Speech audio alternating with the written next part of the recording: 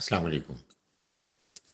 Slavery was a part of the system that was there in the Arabian Peninsula and also elsewhere in the world at the time when the Quran started getting revealed.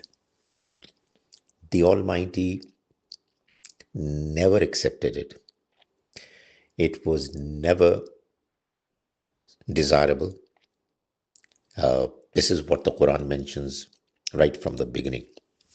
However, the Quran being a book of wisdom, the Almighty adopts almost always a strategy of gradual elimination of those evils which are deep rooted.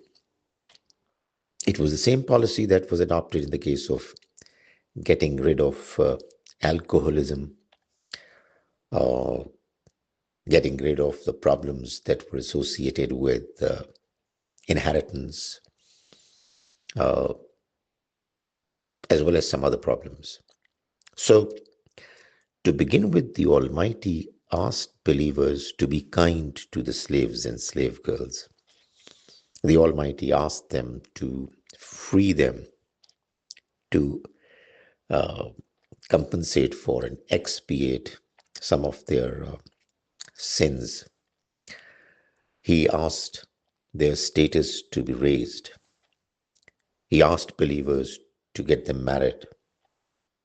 It was declared an act of high piety for somebody to get married to a slave girl by freeing her, and so on.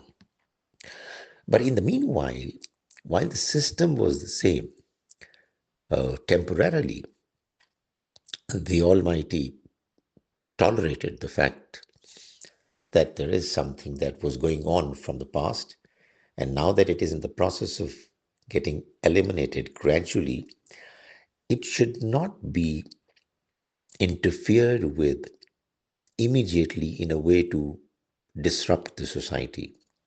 So it was during this period that the Almighty allowed the relationship between a man and his slave girl uh, that was going on in the past, and nobody thought it was wrong. So, the society behaves in a way that it accepts what's happening as a norm. And yet, what is happening is wrong and needs to be eliminated. So, you need to deal with it wisely. And that is exactly how the Almighty dealt with it. However, eventually, slavery was eliminated, or at least theoretically completely eliminated, through two measures. One, POWs, prisoners of wars, were no more allowed to be taken as slaves, something that was happening in the past and was causing slavery to actually continue. Um, this is mentioned in Surah Muhammad, Surah number 47, verse 4.